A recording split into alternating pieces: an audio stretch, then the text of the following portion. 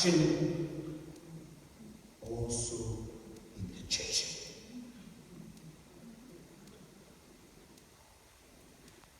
The new year can often bring a mixed bag of emotions and memories for many of us.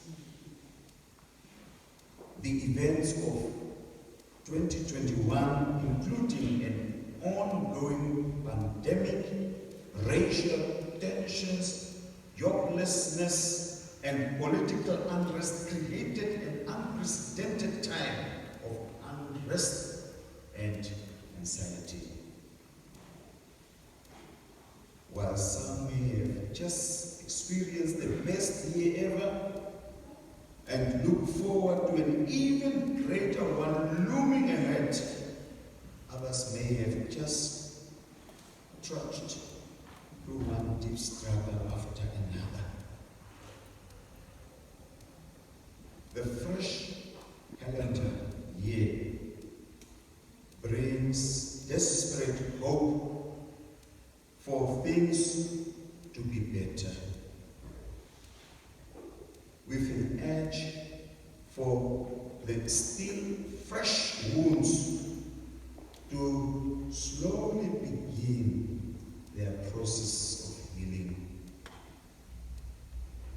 Praying at the start of the new year doesn't always bring immediate change at the stroke of midnight, but it begins the opening of our hearts to God's word of hope and peace. Whether you've just walked through the greatest year of your life or are incredibly glad to see this one finally over, one truth still rings clear amidst all: you are not alone. Not ever. Scripture is filled with prayers of men and women who reached out to God for a fresh start. Praying is the main source of connection to the one who created you and the one who wants you to experience blessings and promises in the future. Our God is a God with us. On the heels of the celebration of the birth of our King, that reminder has the power to carry us right into a fresh, new start. He is Emmanuel, God with us. And though things and people around us shift and change, our God never changes. For a start, life doesn't get easier or more forgiving unless we make the effort to become morally and emotionally stronger and mentally more resilient. At Christmas, we need to stop and reflect seriously on what have we learned about ourselves during this COVID-19 crisis. I believe that we learned that no one has proved tougher than us, the Namibians, and especially us, the ELCRN members. Sadness is often the result of thinking in one context and acting in another. During the pandemic, we learned that it is essential to acknowledge your thoughts, your emotions, and circumstances for what they are, as they are, not as you wish them to be. We learn about the importance of emotional resilience. Stay calm. There are pressure groups resisting everything in your effort.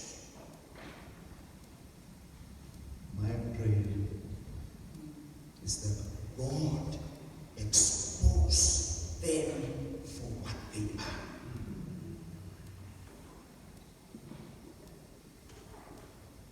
This year should be the year of exposure. God must bring people out and show the world what they are. But we learned to tolerate uncomfortable feelings, to remember the importance of being authentic and true to yourself, that it's okay to express what you feel, and to ask for help. We also learned the need to be realistic, to remember the importance of being authentic. That bad things happen, and although there are setbacks, they create the opportunity for comebacks. Comebacks happen when you don't allow a crisis to steal your calm.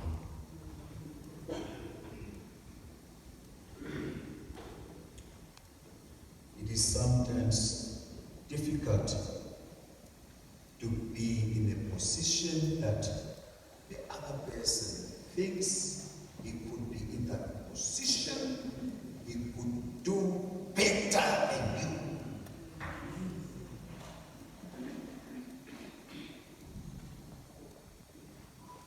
Do your work.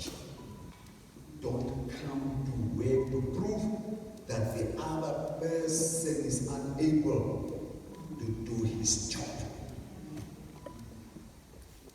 Confine yourself to your job description. Be committed to your position.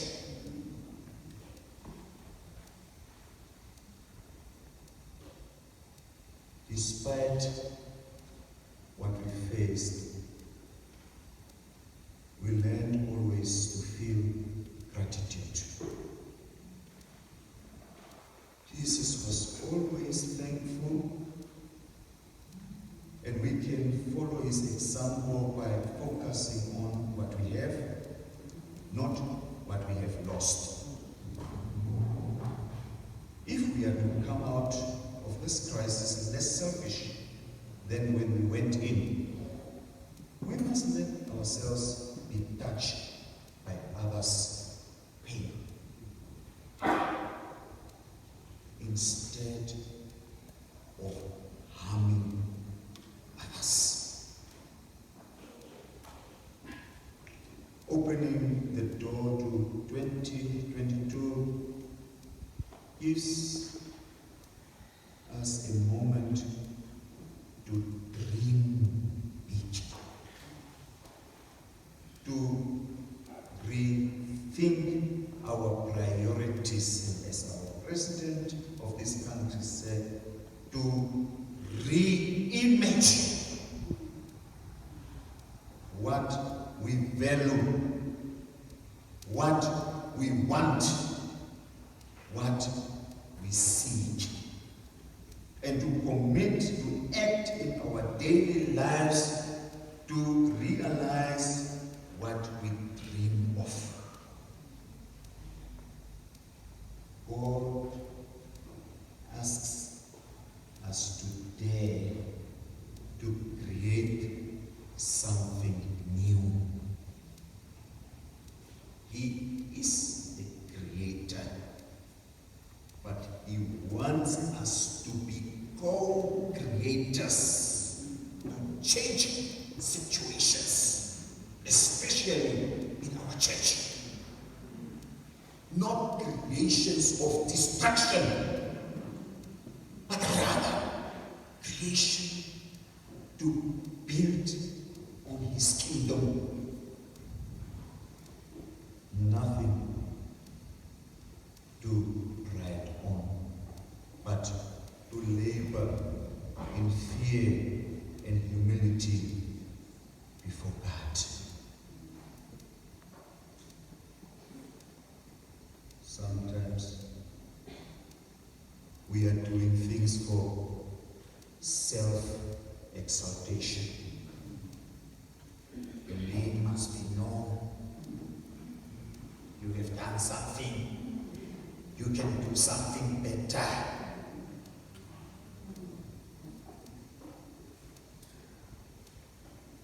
Let your acts,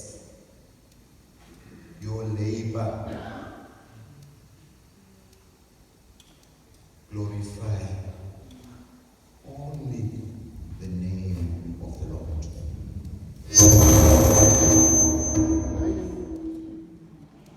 We cannot return to the false securities of the political and economic systems we had before the crisis. They have not fulfilled their promises. We need a new structure that gives to all access to the fruits of creation, to the basic needs of life, to land, lodging, and labor. People are homeless, without shelters, landless, while those who have is expanding. We need politics that can integrate and dialogue with the poor, the excluded, and the vulnerable, that gives people a say in the decisions that affect their lives. We need to slow down, take stock, and design better ways of living together on this earth. The church is in a state that it can be declared as a poor church. But some people are still drawing from the church.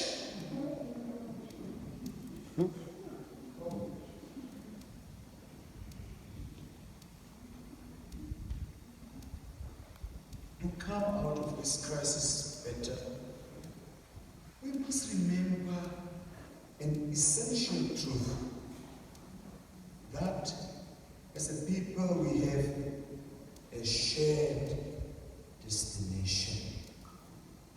We don't believe in divide and rule. We cannot promote that ideology of divide and rule.